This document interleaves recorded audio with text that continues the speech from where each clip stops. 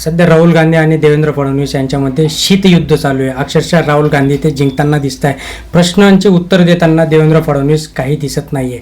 निवडणूक आयुक्तांच्या नियुक्तीवरील आक्षेपावर ज्यावेळेस राहुल गांधींनी समर्पक असं स्पर्धकच पंच नेमत आहेत असं ज्यावेळेस सांगितलं, त्यावेळेस फडणवीसांचं उत्तर मार्मिक असणं आवश्यक होतं. पण फडणवीसांनी काय उत्तर दिलं?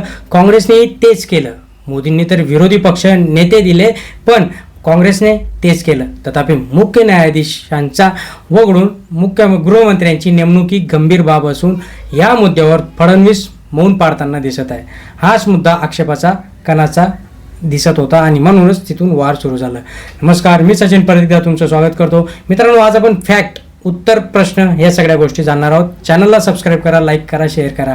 5 महिन्यात 41 लाख मतदारांची वाढ झाली कशी? ही राहुल गांधींनी अविश्वसनीय वाढ झाली कशी याचं उत्तर पाहिजे. याचं उत्तर कोणी देत नाहीये. फडणवीस म्हटले तरुण मतदारांची वाढ ही होतच असते, आकडे दरवेळी वाढतच असतात, पण याला आक्षेप घेऊ शकत नाही. परंतु दिलेली आकडेवारी स्वतःच हळूहळू घटत असताना दिसत असताना एवढ्या कमी वेळात एवढी मोठी वाढ झाली कशी याचं ठोस उत्तर देणं गरजेचं आहे. ते ठोस उत्तर देताना फडणवीस साहेब आपल्याला काही दिसत नाहीये.